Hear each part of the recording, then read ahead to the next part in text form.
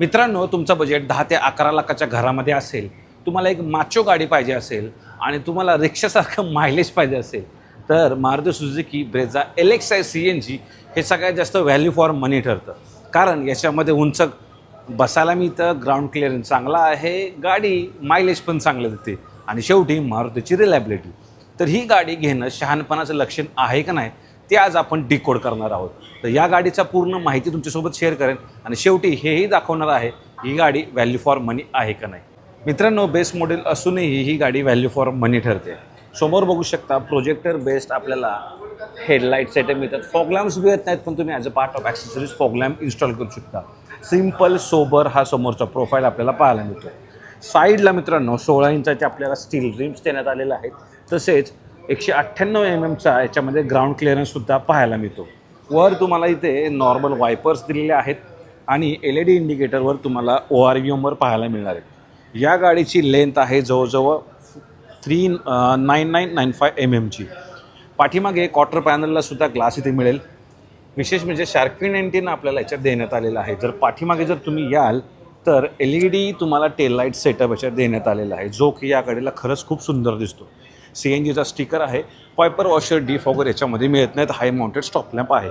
पाठीमागे तुम्हाला 2 रिफ्लेक्टर्स दिलेले आहेत. पाठीमागे 4 सेन्सर्स मात्र नक्की याच्यात देण्यात आलेले आहेत. जर तुम्ही बूट ओपन कराल, ठीक आहे, तर या गाडीमध्ये पार्सल ट्रे आहेच. शेवट हा 55 लिटरचा CNG टँक आपल्याला याच्यात पाहायला मिळतो आणि नियर अबाउट 330 लिटरच्या आसपास हा बूट स्पेस शिल्लक राहतो. तुम्हाला काय वाटतं, सिंगल फॅमिलीसाठी एवढं सामान ठेवण्यासाठी जागा इनफ आहे का? नक्की सांगा. जे CNG इन्स्टॉल केलं आहे तो मारुतीनेच इन्स्टॉल केला आहे.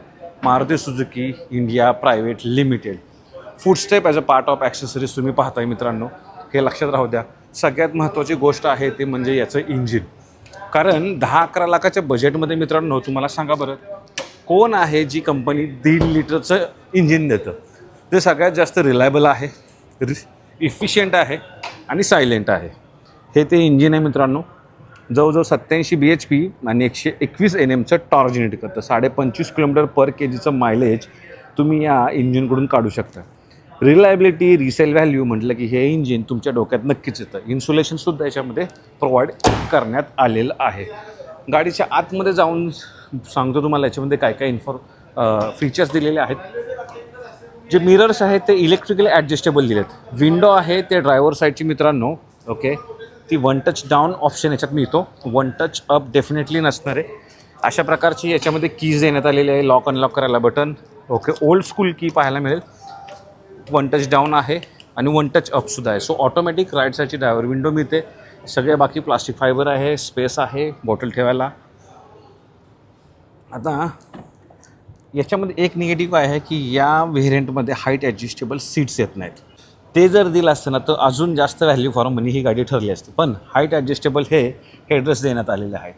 ट्रॅक्शन कंट्रोल, ओके, CNG पेट्रोलचं नॉब, हेडलॅम्प लेवलिंगचं बटन आणि हे फॉग लॅम्पचं बटन बघता ते ॲडिशनल याच्यात पाहताय तुम्ही मित्रांनो. ही जी स्क्रीन पाहताय ते ॲनालॉग आहे, ओके. याच्यामध्ये राईट साईडला स्पीडोमीटर, लेफ्ट साईडला RPM मीटर, मध्ये हा जो आहे CNG इंडिकेटर, हा पेट्रोल इंडिकेटर आहे मित्रांनो. हे तिथे तुम्हाला डिस्टन्स टू MT इथे पाहायला, ओडोमीटर रिडिंग इथे पाहायला मिळेल आणि यात स्टिक जुन्या तुम्हाला इथे यूज करायचे आहेत. बट हा एवढा मीटरसुद्धा मोर दॅन सफिशियंट आहे. हेडलॅम्प्स नॉर्मल आहेत. याच्यामध्ये स्क्रीन आपल्याला मिळत नाही, लक्षात राहू द्या. ह्याचं पार्ट ऑफ ॲक्सेसरीज आहे. मॅन्युअल AC मिळतो.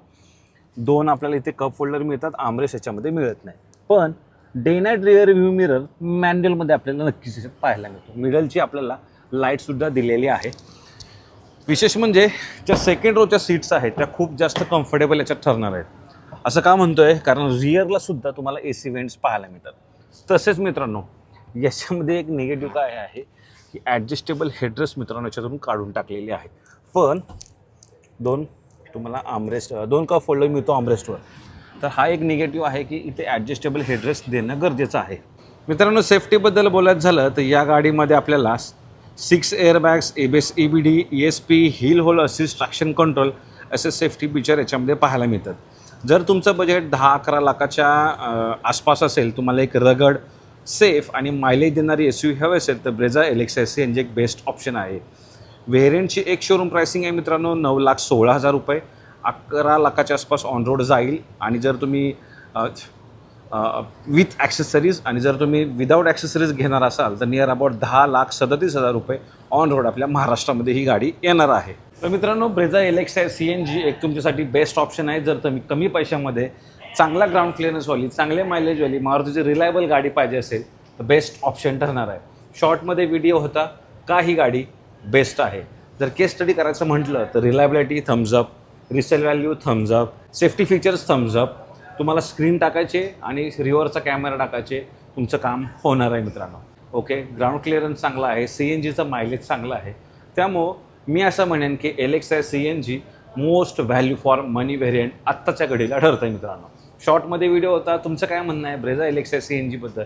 का तुम्ही अजूनही दुसरी कोणती गाडी घेणार? नेक्सॉन, सोनेट, व्हेनू, ब्रेझा यातील तुमची आवडती कोणती नक्की सांगा. धन्यवाद. जय महाराष्ट्र.